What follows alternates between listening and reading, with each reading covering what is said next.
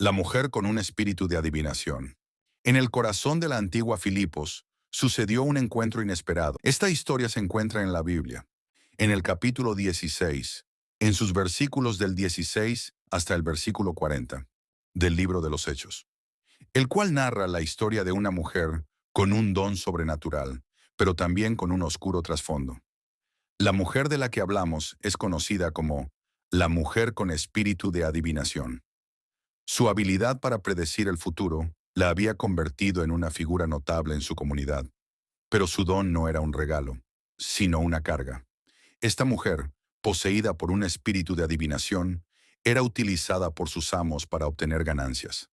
Su vida estaba marcada por la explotación y la manipulación, un reflejo de las injusticias que enfrentaban muchas mujeres en su tiempo.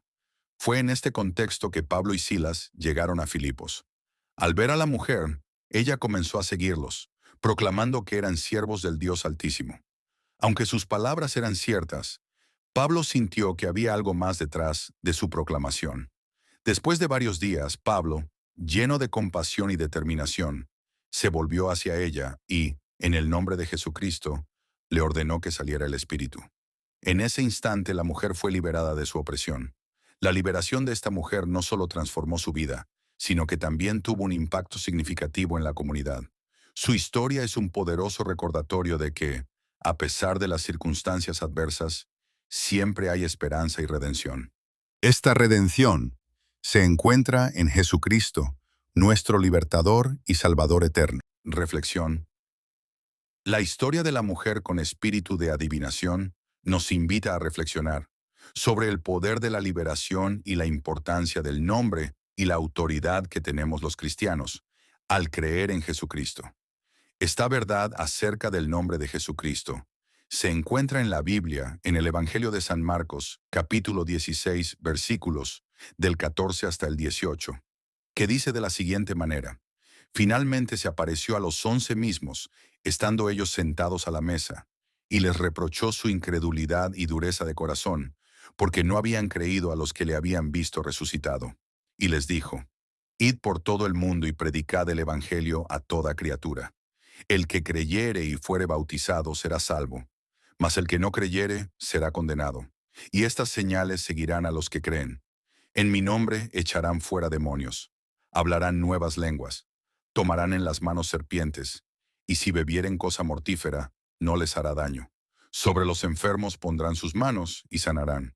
Ahora escuchemos lo que dice la Escritura acerca de esta historia. Aconteció que mientras íbamos a la oración, nos salió al encuentro una muchacha que tenía espíritu de adivinación, la cual daba gran ganancia a sus amos adivinando. Esta, siguiendo a Pablo y a nosotros, gritaba: Estos hombres son siervos del Dios Altísimo. Ellos os anuncian el camino de salvación.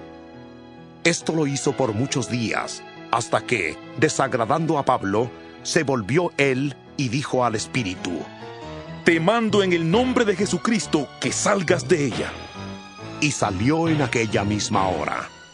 Pero al ver sus amos que había salido la esperanza de su ganancia, prendieron a Pablo y a Silas y los trajeron al foro ante las autoridades.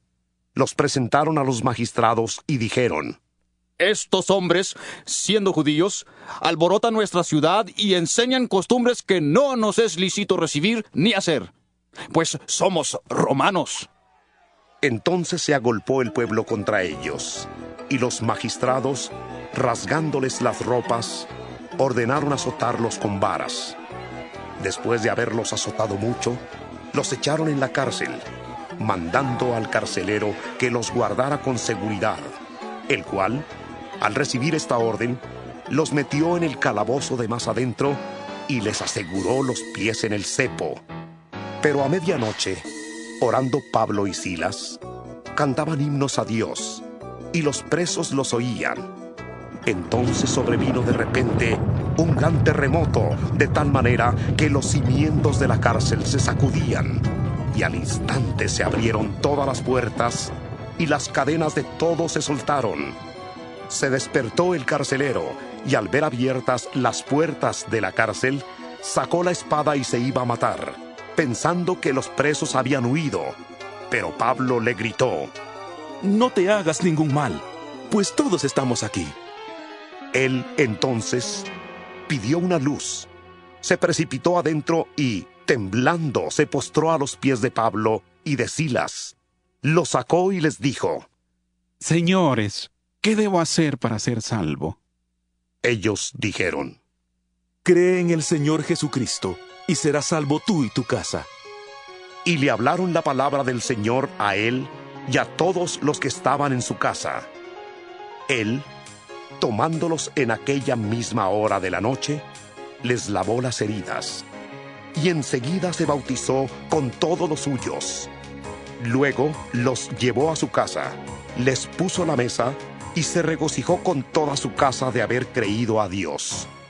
Cuando fue de día, los magistrados enviaron guardias a decir: ¡Suelta a esos hombres! El carcelero hizo saber estas palabras a Pablo. Los magistrados han mandado decir que se os suelte.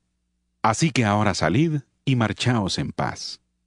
Pero Pablo le dijo: Después de azotarnos públicamente, sin sentencia judicial, y siendo ciudadanos romanos, nos echaron en la cárcel, y ahora nos liberan encubiertamente. No. Por cierto, si no vengan ellos mismos a sacarnos. Los guardias hicieron saber estas palabras a los magistrados, los cuales tuvieron miedo al oír que eran romanos. Fueron y se excusaron. Los sacaron y les pidieron que salieran de la ciudad. Entonces, saliendo de la cárcel, entraron en casa de Lidia, y habiendo visto a los hermanos, los consolaron y se fueron.